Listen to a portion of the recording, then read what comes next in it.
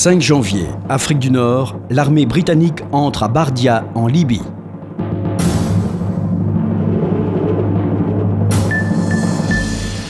« 10 janvier 41, Moscou, signature d'un traité entre le Reich et l'Union soviétique.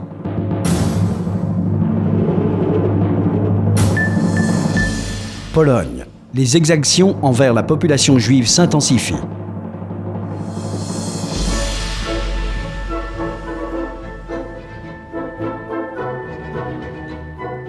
Commencée en décembre 1940, l'opération Compass, placée sous le commandement du général Wawel, a pour but d'annihiler toute résistance italienne en Libye. Le 4 janvier, Wawel donne l'ordre de poursuivre les unités italiennes qui se replient sur Bardia et Tobrouk. Le lendemain, la garnison de Bardia capitule. 40 000 soldats italiens sont faits prisonniers.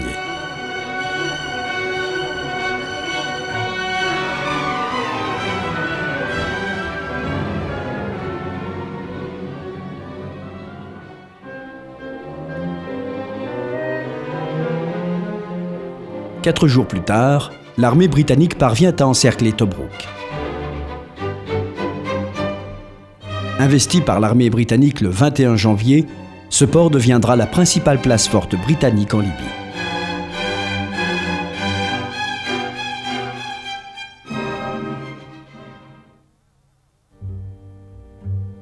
Les traités entre le Reich et l'Union soviétique, signés simultanément à Berlin et à Moscou le 10 janvier 1941, entérinent les frontières entre les deux pays et organisent la coopération économique.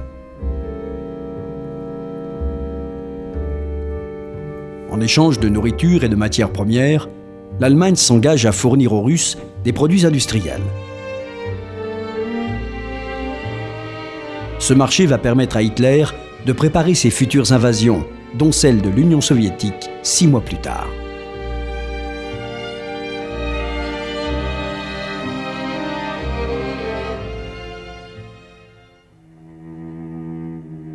L'année 1941 commence par un durcissement des mesures contre les populations juives.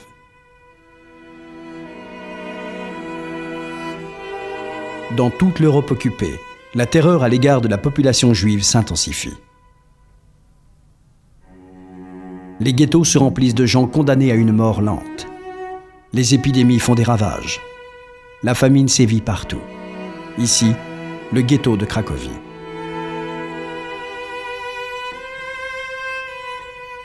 Les ghettos constituent une étape dans l'extermination des Juifs. Seule une infime partie réussira à survivre, souvent grâce au soutien et au courage de la population locale.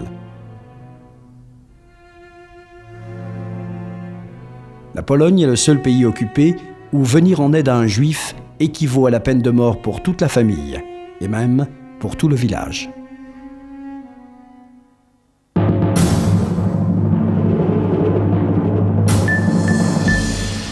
« 12 février, Tripoli, arrivée des premières unités de l'Africa Korps. 10 février 41, Vichy, nomination de l'amiral Darlan à la vice-présidence du Conseil.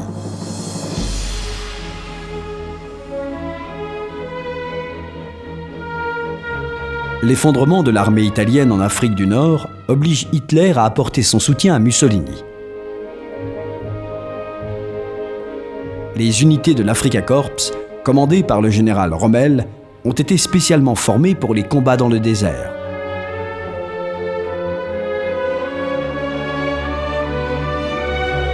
Officiellement, le général Gariboldi remplace le général Graziani à la tête de l'armée italienne.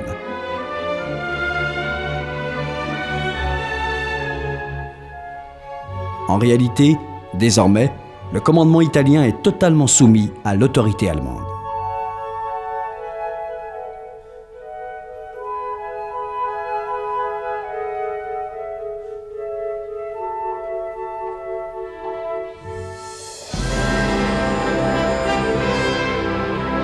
En Libye, le général Rommel choisit de passer à l'attaque. L'armée britannique, affaiblie par le départ de certaines unités dirigées sur d'autres fronts, n'est pas en mesure de faire face à l'offensive de l'armée germano-italienne.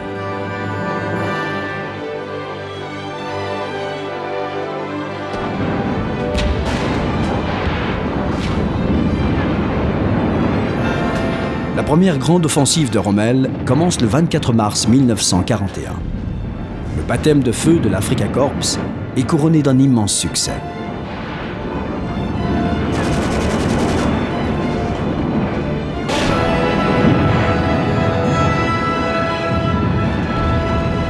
Après un bref affrontement, El Agheila est reprise aux Britanniques. C'est là que Rommel gagne son surnom de renard du désert.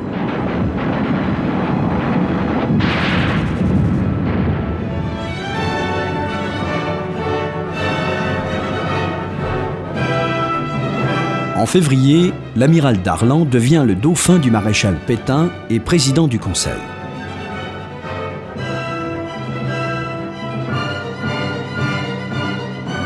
Après 18 mois d'occupation de la France, la politique du maréchal Pétain compte encore de nombreux partisans.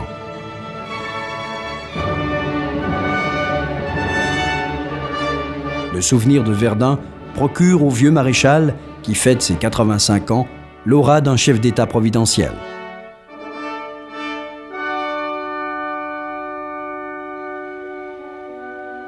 Au nord, dans la zone occupée, les Allemands ont mis l'économie à leur service. La Gestapo et la police de Vichy poursuivent sans relâche les premiers résistants qui cherchent à entrer en contact avec le général de Gaulle et la France libre.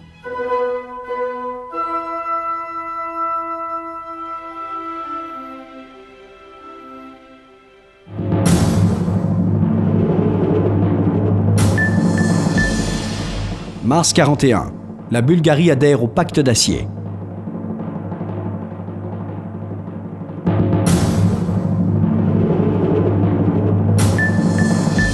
La Grande-Bretagne subit une vague de bombardements allemands.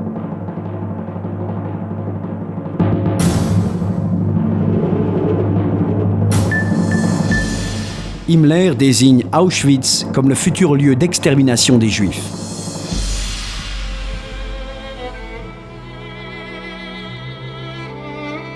Depuis un certain temps, Hitler cherche à obtenir le soutien des pays balkaniques.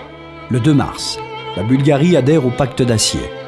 Le roi Boris III exprime ainsi sa reconnaissance à Hitler pour son soutien dans ses revendications territoriales à l'encontre de la Roumanie. Il espère également obtenir d'autres territoires, au détriment de la Yougoslavie et de la Grèce.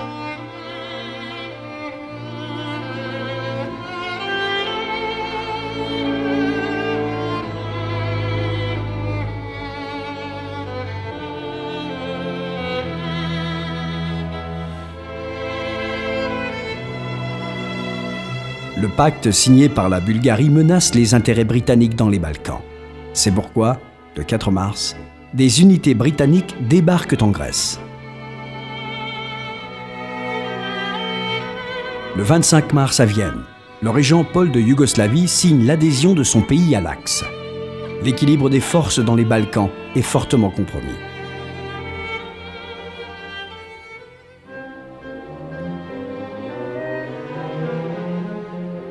Le lendemain, des manifestations éclatent à Belgrade.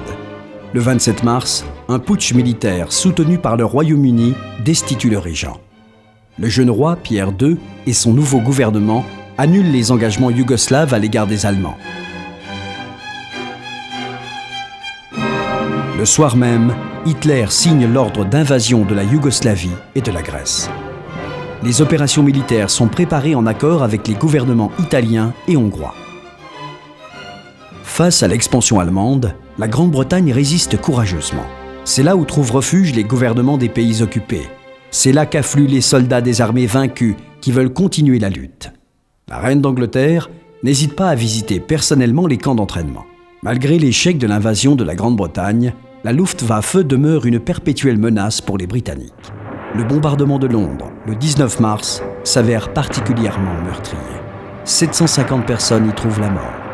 En cette période, les bombardements frappent également d'autres centres industriels et portuaires en Grande-Bretagne. Ainsi, l'Allemagne s'efforce de focaliser l'attention du monde sur les îles britanniques, tandis que se prépare, en secret, l'invasion de l'Union soviétique.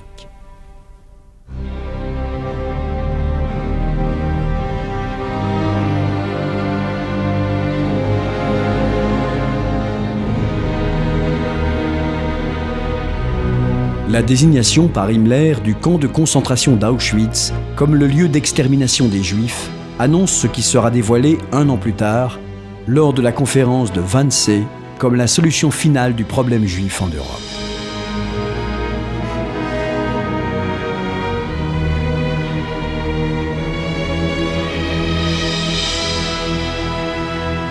La situation sanitaire dans les ghettos surpeuplés empire de jour en jour, comme ici à Varsovie.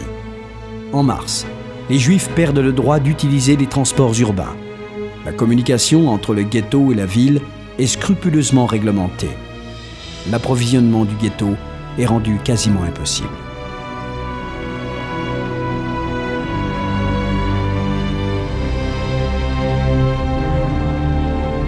Le quotidien est tellement dur et sans espoir, les autorités nazies tellement cyniques et cruelles, que nombreux sont les cas de folie et de suicide.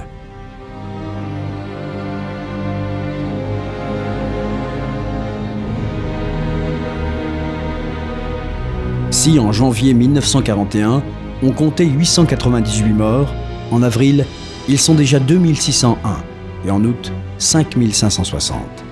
Les cadavres sont enterrés dans les fosses communes.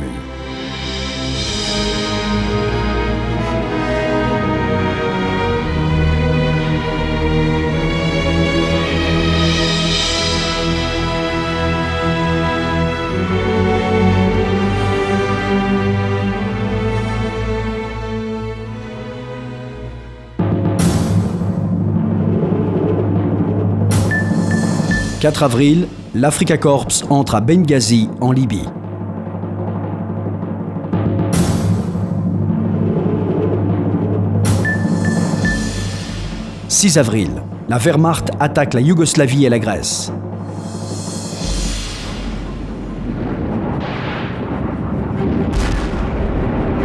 L'arrivée sur le sol africain de la 15e Panzer-Division permet au général Rommel d'intensifier ses opérations. Son prochain objectif est la Cyrénaïque. Le vendredi 4 avril, les forces de l'Axe s'emparent du port de Benghazi. Mises en déroute et saisies de panique, les unités britanniques évacuent la ville. Parmi les prisonniers de guerre se trouvent 2 généraux britanniques, Neame et O'Connor.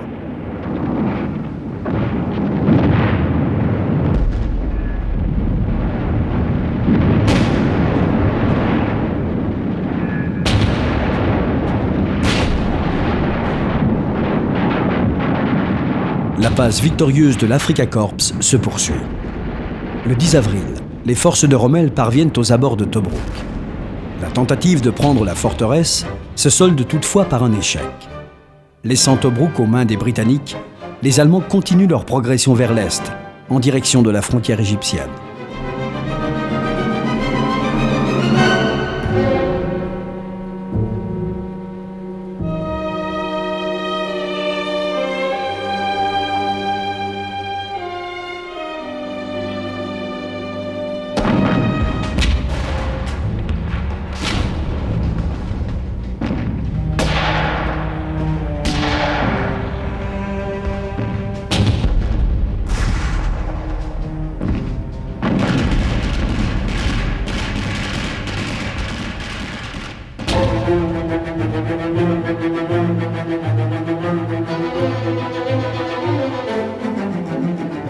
Dans la nuit du 5 avril, l'armée allemande envahit la Yougoslavie.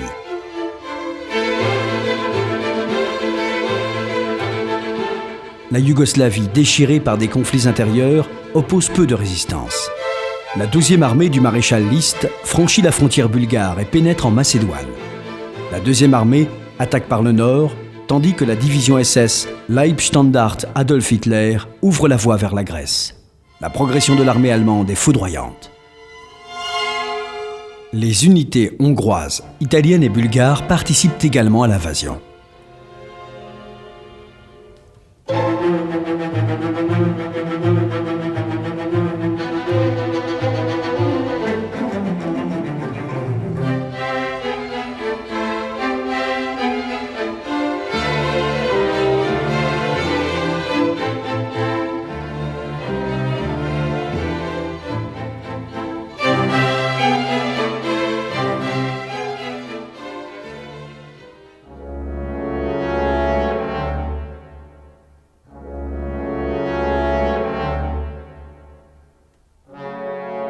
velléités yougoslaves de résister sont tuées dans l'œuf. Le 12 avril à Belgrade, les forces de la division SS Dies Reich s'emparent du bâtiment du ministère de la Guerre. Belgrade est en ruine. 17 000 personnes périssent dans les bombardements de la 4e Luftflotte du général Neuer. Presque tous les ponts sont détruits. Le gouvernement yougoslave se réfugie dans les montagnes. Le 14 avril, le roi Pierre II quitte le pays.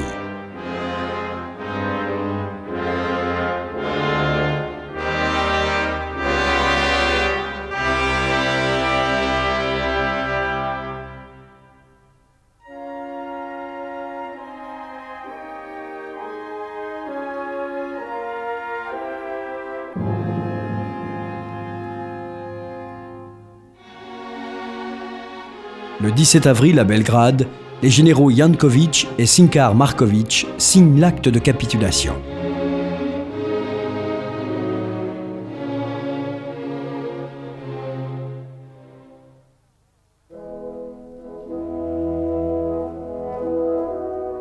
La campagne de Yougoslavie aura duré 12 jours.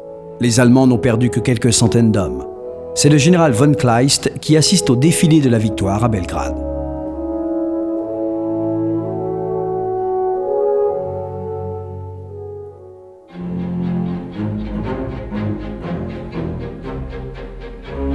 La chute du royaume de Yougoslavie ravive les tendances nationalistes en Croatie, qui bénéficie depuis 1939 d'un statut d'autonomie. Au sein de l'armée yougoslave, les unités croates refusent de combattre les Allemands. Dans certaines villes, les soldats du Reich sont accueillis en libérateurs. Le 10 avril, à Zagreb, la proclamation d'indépendance de la Croatie est acclamée par une foule euphorique.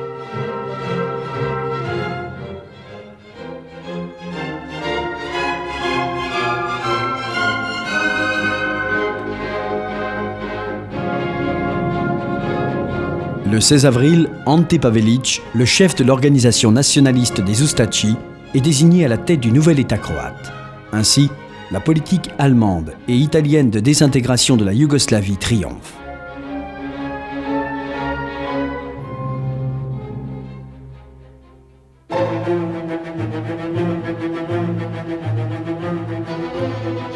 L'invasion de la Grèce commence le 6 avril. Les fortifications grecques qui font face à la frontière bulgare ne constituent pas un obstacle pour l'armée allemande. Le 18e corps de montagne du général Böhm les contourne en passant par la Yougoslavie.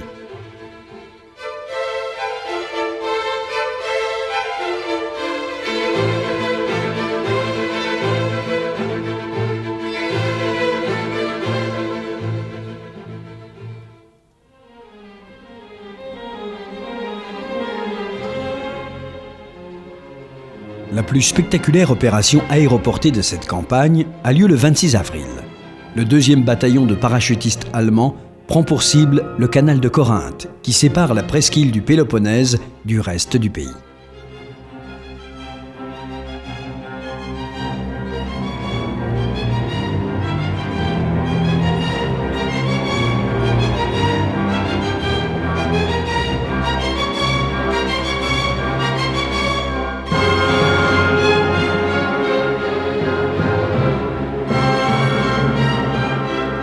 Le 26 avril, à l'aube, les parachutistes allemands débarquent à Corinthe.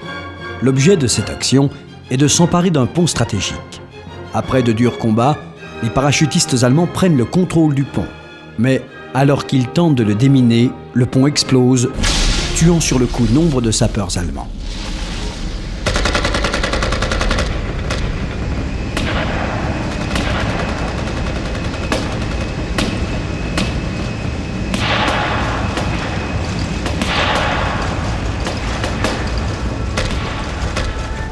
Le 26 avril, l'armée grecque se retire de Thèbes. Le lendemain, les unités allemandes pénètrent dans Athènes. Face à cette situation désastreuse, les 27 et 28 avril, le corps expéditionnaire britannique évacue la Grèce pour se réfugier en Crète. « 20 mai, les unités aéroportées allemandes investissent la Crète.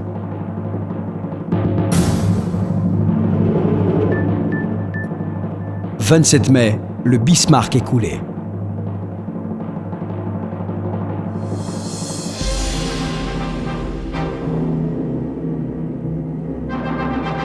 Après s'être rendus maîtres de la Grèce continentale, les Allemands s'emparent de nombreuses îles. Le 16 avril, l'île de Tassos est occupée. Le 19 avril vient le tour de Samothrace et le 4 mai, celui des îles Lesbos et Chios. La prise de la Crète s'avère bien plus périlleuse. Depuis l'évacuation de la Grèce, 42 000 soldats alliés stationnent sur l'île.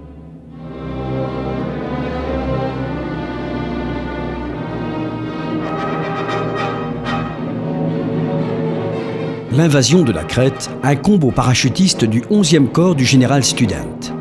Le 20 mai 1941, à l'aube, les soldats d'élite de la 7e division aéroportée s'envolent pour l'île, couverts par quelques centaines de chasseurs et bombardiers du 8e corps de la Luftwaffe.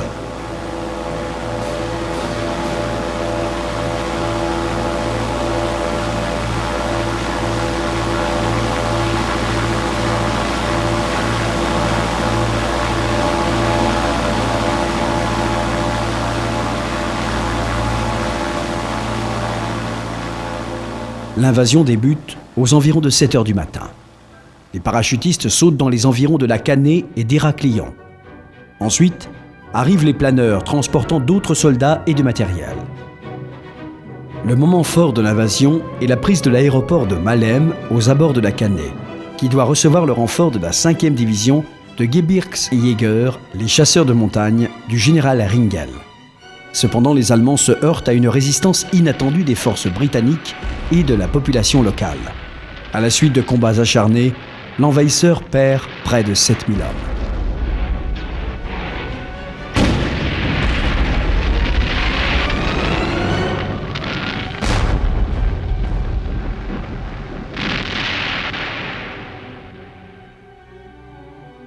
Suite à ces lourdes pertes, Hitler n'autorisera plus aucune opération aéroportée d'envergure. Le général Student n'a pas de quoi être satisfait.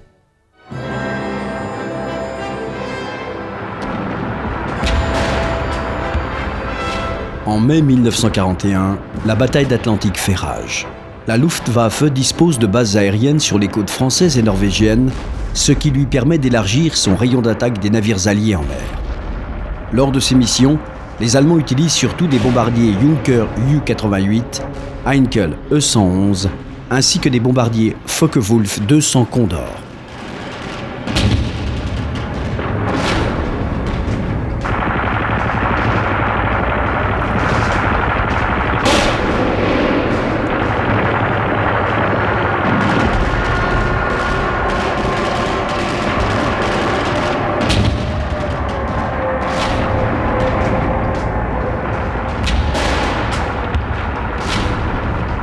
Il devient de plus en plus difficile pour les convois alliés de se protéger des attaques de la Luftwaffe et des U-Boote. En mai 1941, 19 nouveaux U-Boote entrent en service alors que la Kriegsmarine n'en perd qu'un seul. Les attaques de convois surviennent surtout au départ des ports américains et canadiens. Pour s'en prendre à un convoi, les Allemands utilisent la tactique dite de la meute des loups. Pour contrer la menace sous-marine, les Britanniques cherchent à améliorer leur système de détection et de protection, ainsi qu'à saboter les bases des U-Boote.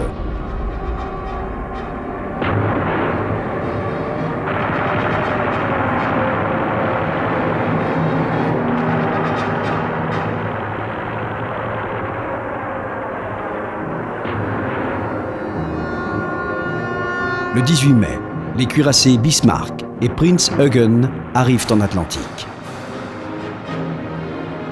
Le croiseur britannique Hood succombe au canon du Bismarck le 24 mai. La destruction du cuirassé géant devient pour les Britanniques une affaire d'honneur. Après une poursuite haletante, le Bismarck coule le 27 mai, à quelques centaines de milles au large de Brest.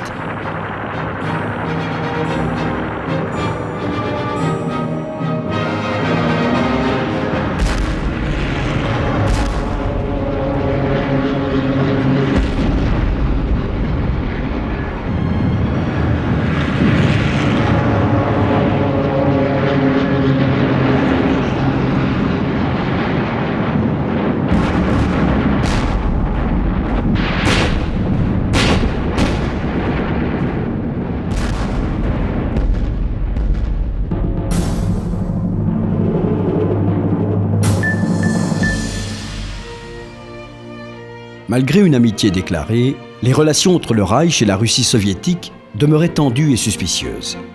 Hitler craignait qu'au moment propice, Staline n'attaque le Reich. Après avoir stabilisé ses conquêtes à l'ouest et dans les Balkans, et même si l'Angleterre n'a pas été vaincue, Hitler se retourne donc vers l'Est. Après l'échec de l'invasion du Royaume-Uni, la conquête de la Russie devient l'objectif prioritaire du régime nazi.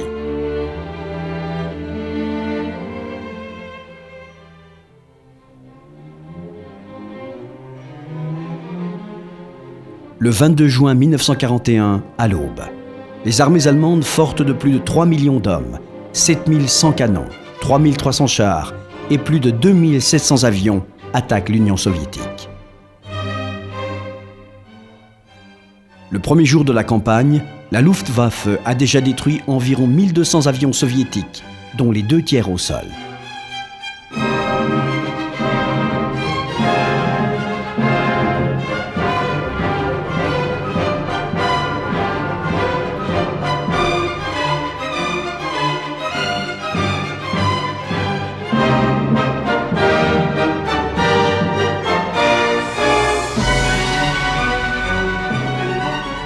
Après avoir annihilé la résistance russe aux frontières, les unités rapides de la Wehrmacht, du groupe d'armées Centre, du Feldmaréchal von Bock s'enfoncent dans le territoire soviétique en direction des fortifications de la ligne Staline. La surprise de l'attaque est totale. La décomposition des forces soviétiques commence par 3 divisions, la 12e, la 89e et la 103e, qui, dans la région de Bialystok, passent du côté allemand après avoir abattu ou mis en fuite leur commissaire politique.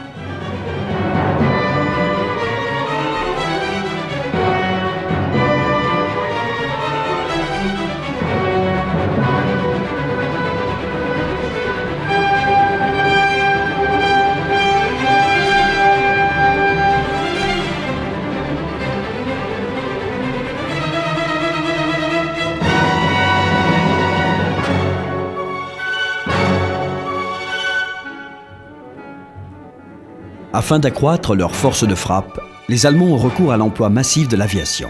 Jusqu'au 10 juillet 1941, 320 000 soldats soviétiques se rendent en Biélorussie. Le 16 juillet, dans la région de Smolensk, 300 000. Entre le 5 et le 8 août, dans la région de Uman, 103 000. Jusqu'au 26 septembre, dans les environs de Kiev, 665 000. Au total, en 3 mois à peine, les Allemands font 1 300 000 prisonniers de guerre.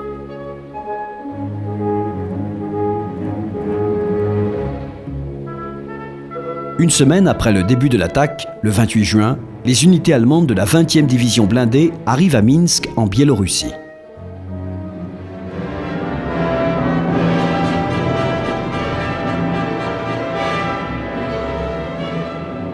Les unités du groupe d'armées Nord du général von Leb, qui attaquent en direction de Leningrad, obtiennent aussi des succès rapides. Leur vitesse de progression est impressionnante. L'hostilité des populations lituaniennes, lettonnes et estoniennes envers le pouvoir soviétique y est pour beaucoup.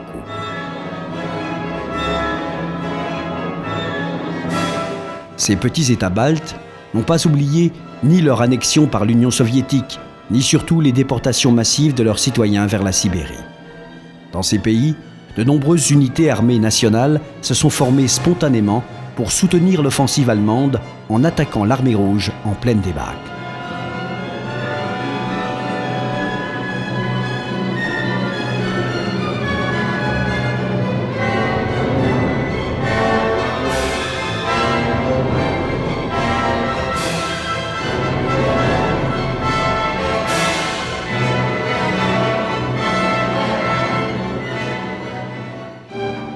La forteresse de Brest-Litovsk est le symbole de résistance acharnée de certaines unités soviétiques. Héroïque, elle tient près d'1 mois. Le 30 juin, les forces allemandes s'emparent de Lvov, en Ukraine. L'accueil de la majorité de la population ukrainienne s'apparente à une liesse. Là encore, les Ukrainiens n'ont pas oublié les famines organisées par le pouvoir soviétique dans les années 30, pendant lesquelles des millions de personnes sont mortes de faim. Juste avant de prendre la fuite, le NKVD assassine quelques milliers de membres d'organisations de résistance polonaises et ukrainiennes enfermés dans les prisons de la ville. À cause des crimes du régime stalinien en Ukraine, tout comme dans les pays baltes, les Allemands sont le plus souvent accueillis en libérateurs.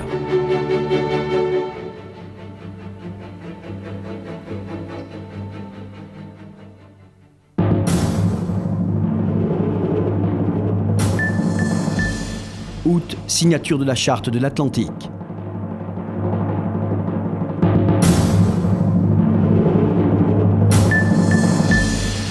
« 16 juillet, les forces allemandes s'emparent de Smolensk. « 19 juillet, l'État français et le Japon signent un traité concernant l'Indochine. « 30 juillet, Londres, signature d'un traité polono-soviétique.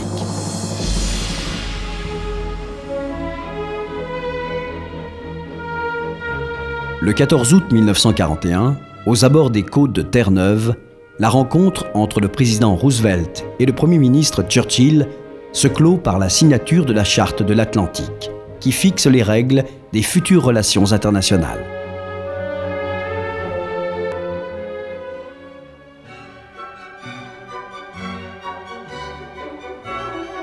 La progression des unités du groupe d'armées Centre en direction de Moscou se poursuit.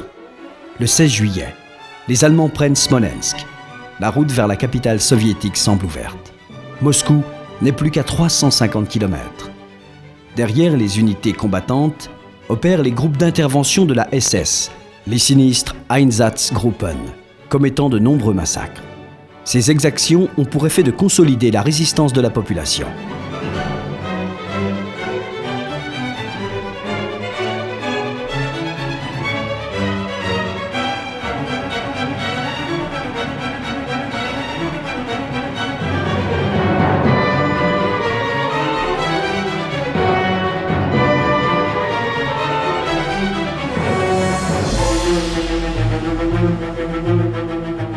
En Chine, l'offensive japonaise se poursuit. La diplomatie japonaise prépare le terrain pour continuer son expansion. Après avoir signé en avril un traité de neutralité avec l'Union soviétique, le 19 juillet, le Japon signe un traité avec l'État français au sujet de l'Indochine.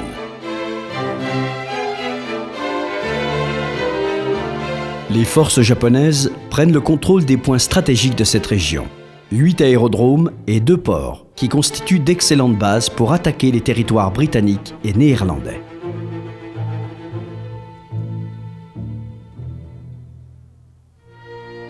Le 30 juillet 1941, à Londres, est signé le traité polono-soviétique entre le général Sikorski, le premier ministre du gouvernement polonais en exil, et Maïski, l'ambassadeur de l'Union soviétique en Grande-Bretagne. Des centaines de milliers de Polonais déportés aux confins de l'Empire soviétique sont libérés. Ainsi peut commencer la formation de l'armée polonaise en Union soviétique.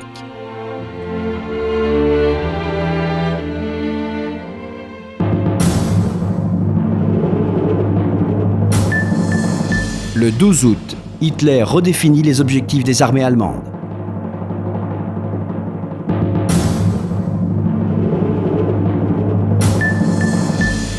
En août, la forteresse de Tobrouk tient toujours.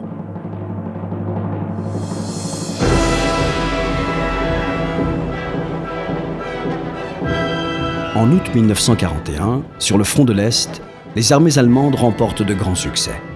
Le 12 août, Hitler redéfinit les objectifs des différentes armées. Le groupe d'armées Nord doit continuer à marcher sur Leningrad. Le 28 août, les forces allemandes pénètrent à Tallinn, la capitale estonienne. Lors de leur retraite, les unités soviétiques sont fortement éprouvées par les attaques de la Luftwaffe. Cependant, la résistance se consolide et les combats pour chaque ville deviennent de plus en plus acharnés. Les premières unités allemandes parviennent dans la région de Leningrad. Dans le même temps, l'armée finlandaise commence son assaut en direction de l'ancienne capitale russe à partir de l'isthme de Carélie. Le 29 août, Leningrad est complètement encerclée.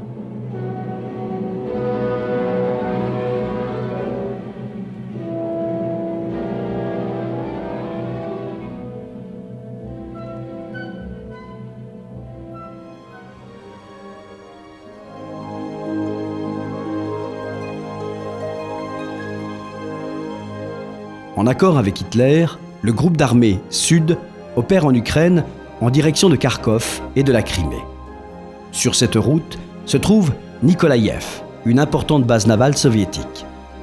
Avant de se retirer, les Russes réussissent à évacuer une partie des navires et à détruire les autres.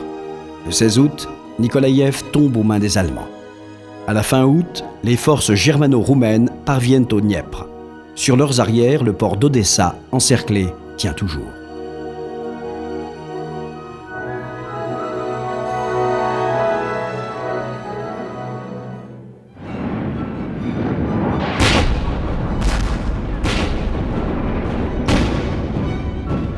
En Afrique du Nord, les forces britanniques continuent à défendre Tobrouk.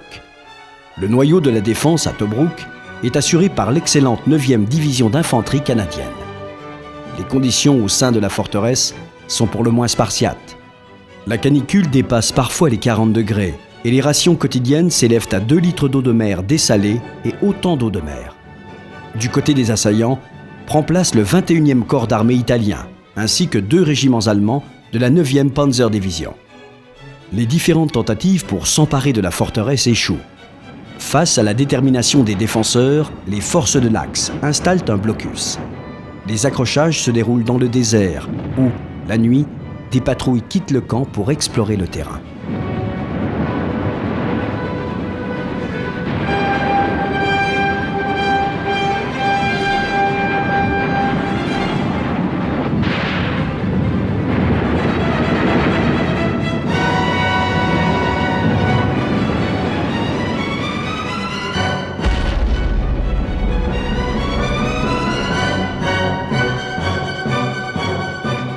La mer est l'unique moyen de ravitailler la forteresse encerclée. En août, on commence à relever les unités australiennes. Elles sont remplacées par une division britannique, une brigade polonaise et un bataillon tchécoslovaque en provenance d'Alexandrie en Égypte.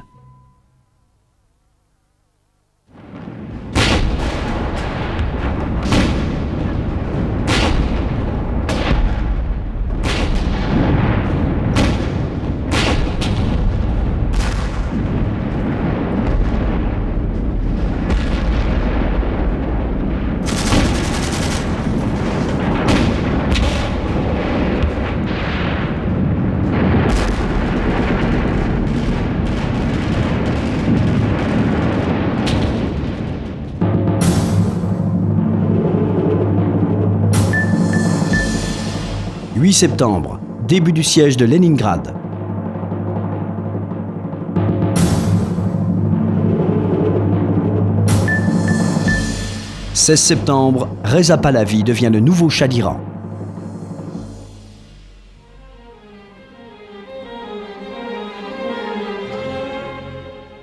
Le 8 septembre 1941 commence le siège de Leningrad. Il durera 900 jours.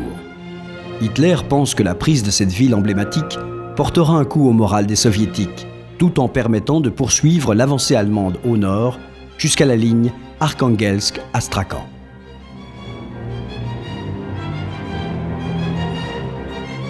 L'état-major soviétique consolide la défense de la ville. Aux abords de Leningrad, à la portée des canons allemands, la population prépare les fortifications.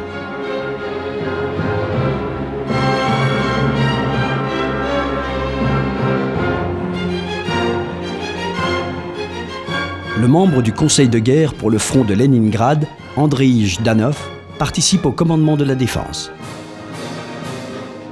La Luftwaffe bombarde sans relâche le port et les quartiers d'habitation. Lors du siège, qui va durer plus de 2 ans, l'artillerie allemande va déverser sur la ville environ 150 000 tonnes d'obus. 800 usines sont détruites, ainsi que plus de 10 000 bâtiments.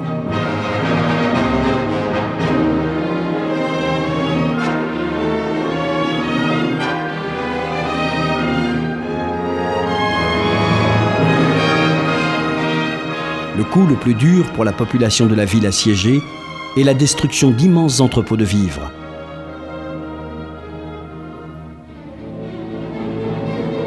Cette perte des réserves provoque la mort de faim de quelques centaines de milliers de personnes.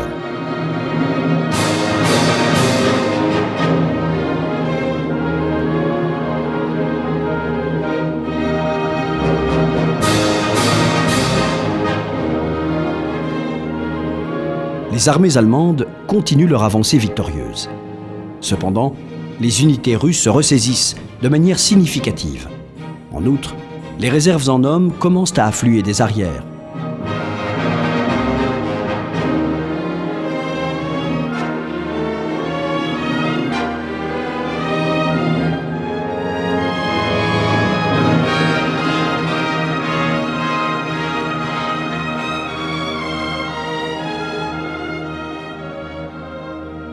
Les Allemands doivent combattre dans des espaces immenses. De plus, le terrible hiver russe approche à grands pas.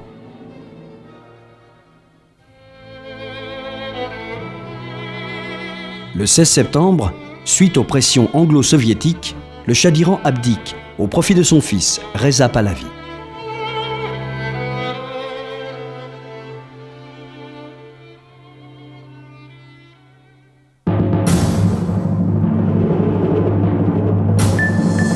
Octobre, Ukraine, offensive du groupe d'armées Sud. L'offensive du groupe d'armées Sud se poursuit. Cette force est composée de 59 divisions, dont 43 divisions allemandes, 14 roumaines, 2 hongroises et des unités italiennes et slovaques. À l'arrière du front, le port d'Odessa tient toujours malgré les assauts.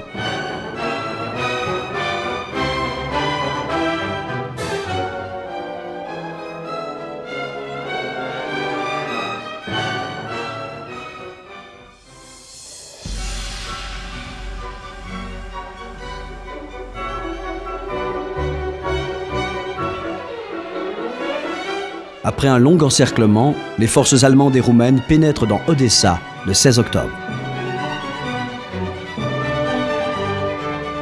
C'est l'automne. Les pluies diluviennes transforment les routes en marécages. Les unités allemandes progressent de plus en plus difficilement. Moscou prépare sa défense. Le 19 octobre, la ville est en état de siège. Des centaines de milliers de moscovites prennent part aux travaux de fortification.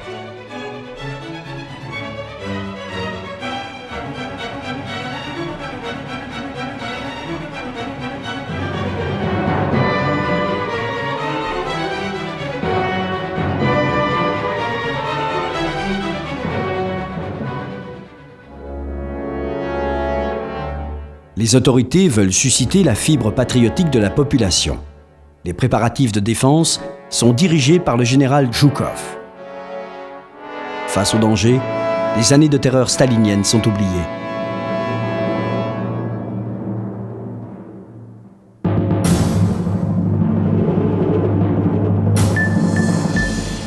« 18 novembre, Afrique du Nord, début d'une grande offensive britannique. »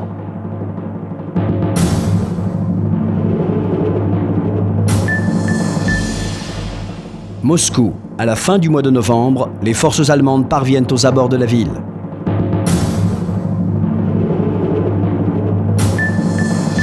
« 18 novembre, Éthiopie, capitulation italienne.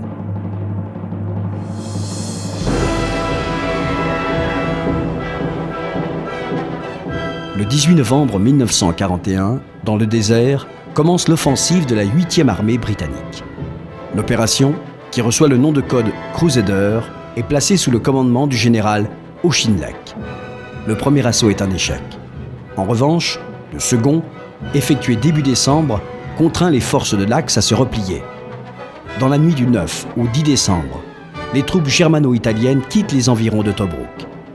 D'ici la fin décembre, toute la Cyrénaïque tombera aux mains des Alliés.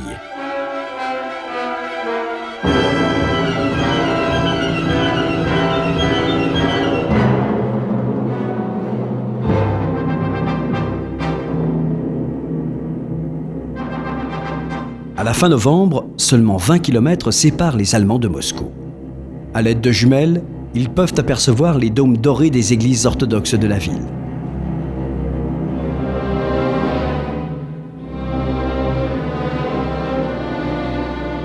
En novembre, des divisions sibériennes de réserve, aguerries au combat d'hiver, sont amenées vers Moscou.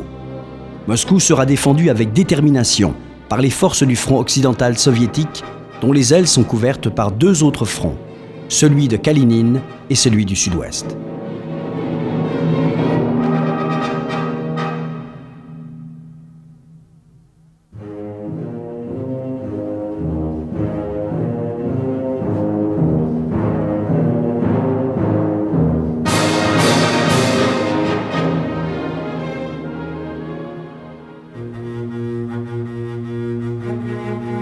18 novembre, le dernier bastion de résistance italienne en Éthiopie, Gondar, tombe. « 5 décembre, Moscou, contre-offensive soviétique de grande ampleur. »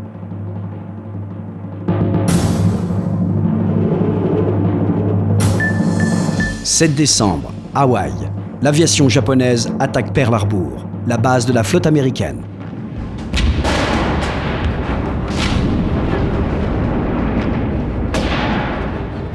Le 5 décembre, vers Moscou, commence une grande contre-offensive soviétique. 3 jours après, Hitler ordonne à la Wehrmacht de passer à la défensive. La bataille de Moscou, la première opération victorieuse de l'armée rouge, met fin à la série de succès allemands dus au Blitzkrieg. À la fin 1941, les pertes de la Wehrmacht en Russie s'élèvent à environ 800 000 hommes, dont plus de 200 000 tués ou disparus.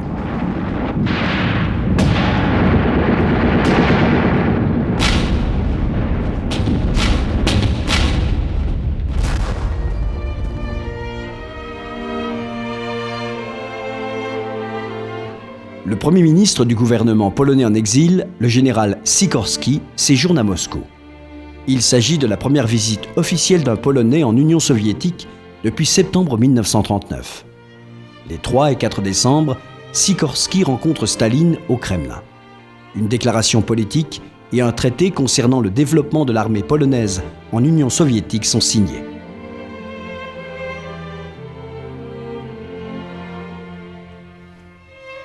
Fin décembre, le général Sikorski rend visite aux unités polonaises formées depuis le mois d'août. Elles comptent alors environ 50 000 soldats. Leur principal problème réside dans le manque de matériel.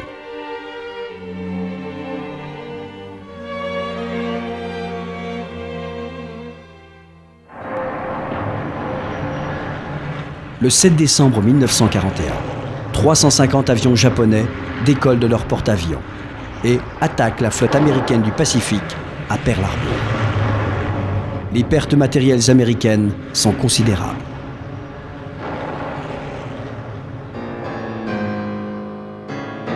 Le 11 décembre, l'Allemagne et l'Italie déclarent la guerre aux États-Unis. Parallèlement à l'attaque de Pearl Harbor, les Japonais attaquent les territoires britanniques en Asie du Sud-Ouest et notamment la Malaisie et Hong Kong. Ils débarquent aussi dans les îles américaines de Wake et de Guam. Aux Philippines, les forces japonaises débarquent dans les îles de Luçon et Mindanao. Le 25 décembre, les Japonais s'emparent de Hong Kong où ils massacrent des civils chinois.